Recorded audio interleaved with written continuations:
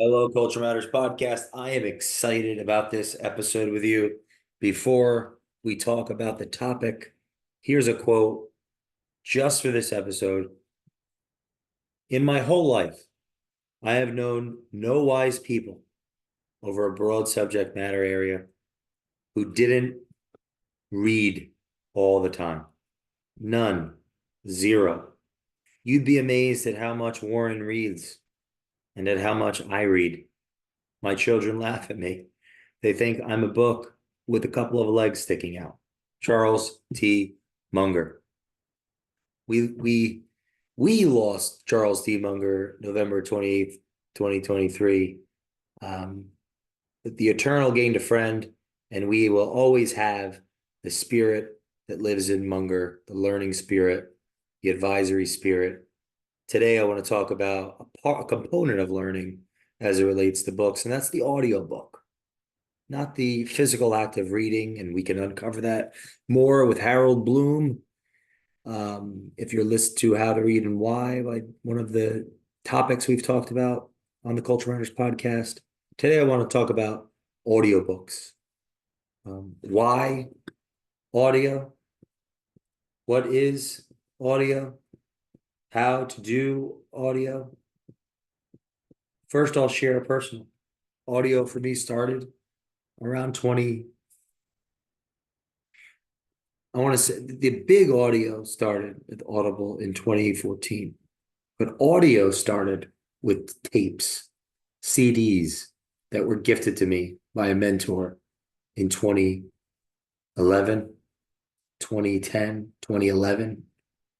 Today on audible.com, which is apparently not loading for some reason on my phone, I've surpassed 10,000 hours of Audible listening on that account since 2015. And this is recorded at the end of 2023.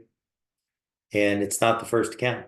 And I'm getting close to 11,000 hours of audio listening time.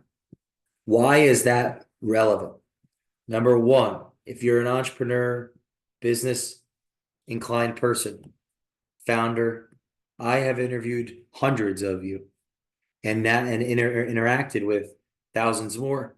And I have observed a tendency for those that are entrepreneurs to be less, and it's not absolute. There's exceptions to the rule, to the observation, of course, but a tendency of entrepreneurial people to get a lot, to get less, or let's say that to not get much from physically reading, but get tremendous from audible listening.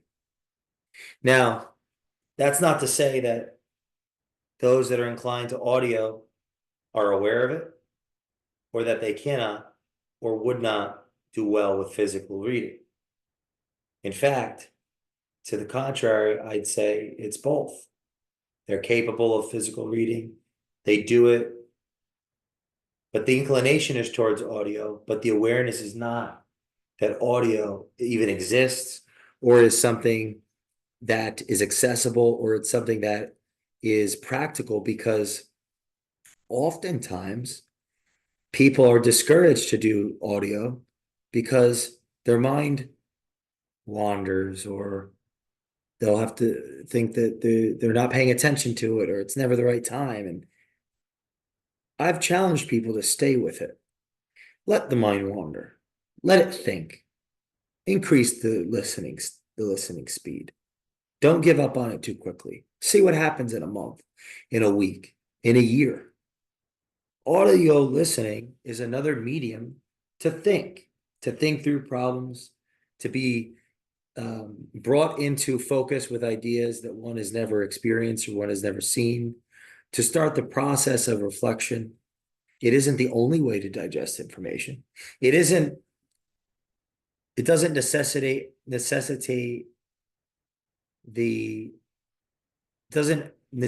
the absolute belief that it has to fully replace physical reading or time spent meditating with a book or through a book. But why audio is practical, it should be obvious. One could do it while doing other things. Why I believe it's helpful for the entrepreneurial types is if we're on the move and we have things that we're reacting to and proacting through with the business, an hour in a car, 20 minutes on a walk adds up. 20 minutes every day adds up. If that's done 5 days a week, that's 100 minutes, 400 minutes a month, 5,000, close to 5,000 in a year. Imagine how many books that is. It's a tremendous amount of books, and it adds up. We're being exposed to ideas.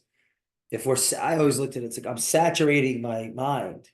I'm in a process of reflection. Even if my mind wanders, I'm thinking maybe it's that one thing I heard that's leading me on this way over here. And the constant feedback um, has slowly built up more and more and more and more and more and more and more of a content base. So why I believe audio works for entrepreneurs is the doers, those out doing, may never experience the libraries that the universities have to offer, the professors that the universities have to offer. And so where they're experiencing is in their vehicle, is in on their walk, is in between meetings. And that it's an additional form to think through problems and to face problems that one's never thought about, to ask questions one's never thought to ask. And it does not replace physical reading, or it doesn't have to. It can be an addition and a supplement and work in combination to exponentially grow one's awareness and one's education around business. So what audio is another feedback loop of evolution and growth. And how I do it is when I'm not talking to someone that's a living, breathing person, I'm listening to a book. If I'm not in a position to physically read, I'm listening to a book. And the consistency of that, an hour a day, 5 minutes here, 8 minutes here, 20 minutes here, 30 minutes on the treadmill, or what have you. I actually prefer to physically read on the treadmill, not because I think it's there's some type of advantage, but because I'm capable of doing it. And physical reading is a different experience that like to build that muscle and want to build that muscle. But if one's not inclined or is not uninterested completely in doing something like that, audiobook is another way to go about doing the workout. Now, if one wants music, go for music. But what about when you're driving your car? Could you listen to an audiobook there?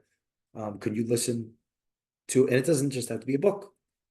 There are lectures, podcasts. But to be clear, those are different mediums within the medium. Because a lecture from a professor, very different experience than an audiobook. Just like a podcast, it's a different experience. A lecture makes a lot more sense in the whole of the lecture that you've been through, because the lecture is really like a chapter within the book of the course.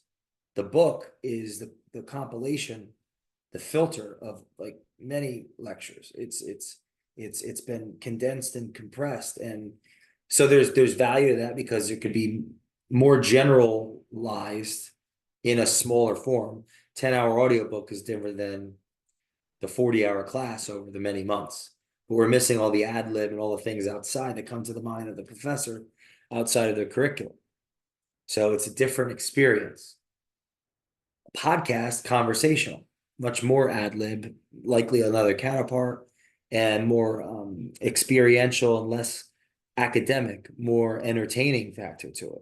There's nuances that one can grab from a podcast that they're not going to get from an audiobook or not going to get from a lecture. And there's, it's a whole new realm of absorbing information that we're still understanding as a culture. But audiobooks have deeply impacted my life personally.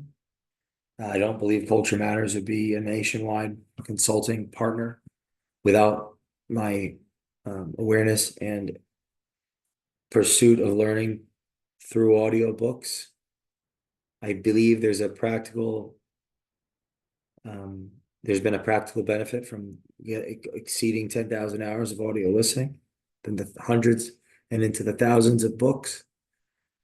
But I do not believe that replaces physical reading and the time of meditating through that different experience. They complement each other well.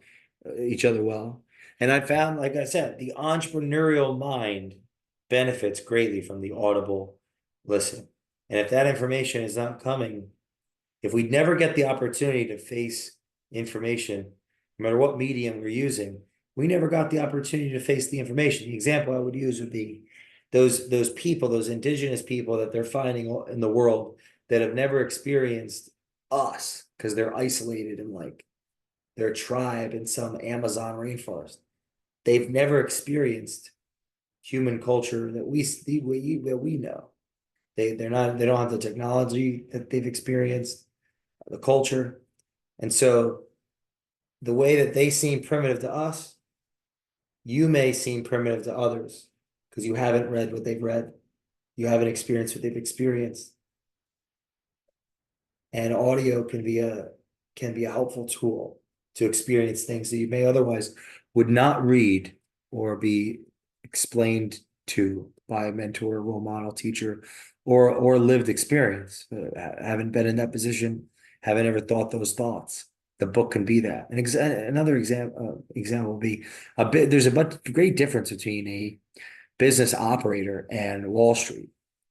Right? The idea of the ivory tower being, objectively outside of those.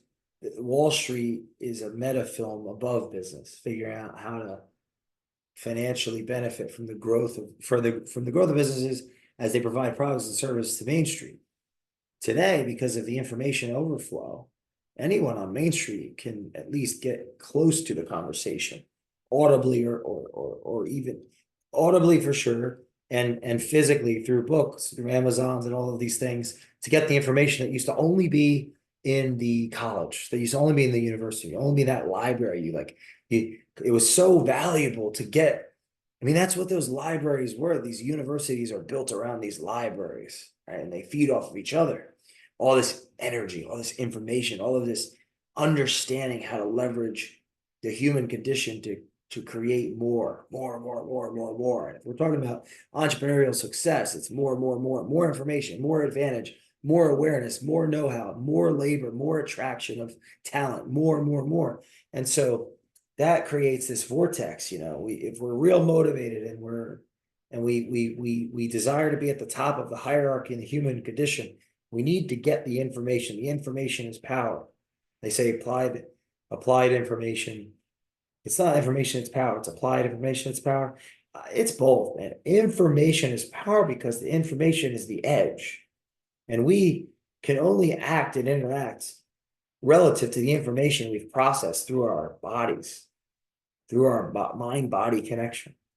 And to be in that room is an advantage. It changes the way you see reality and interact through reality. To have access to that book, to be in that library. And today, with Audible, for example, the great courses, you can be in a college classroom listening on your own terms. You don't have to take the test. You could just apply the information in your day-to-day life and see if you really do know it. And I can go on, and I will go on as we evolve in the Culture Matters podcast. Audio listening is one of the ways to learn, and it's a great place to start. If you don't like to read, you've never read, you don't feel like you can, or maybe you're dyslexic, or you have some type of other reason to think that maybe you can't learn or can't learn well or aren't ever be a learned person. We won't know. We don't know what your potential is. Why don't you go find out? Start with audiobooks, listen to courses, go on YouTube. How about podcasts? And stay consistent with it, because the information will change you from a native in the middle of nowhere to the most powerful mountaintop you could believe.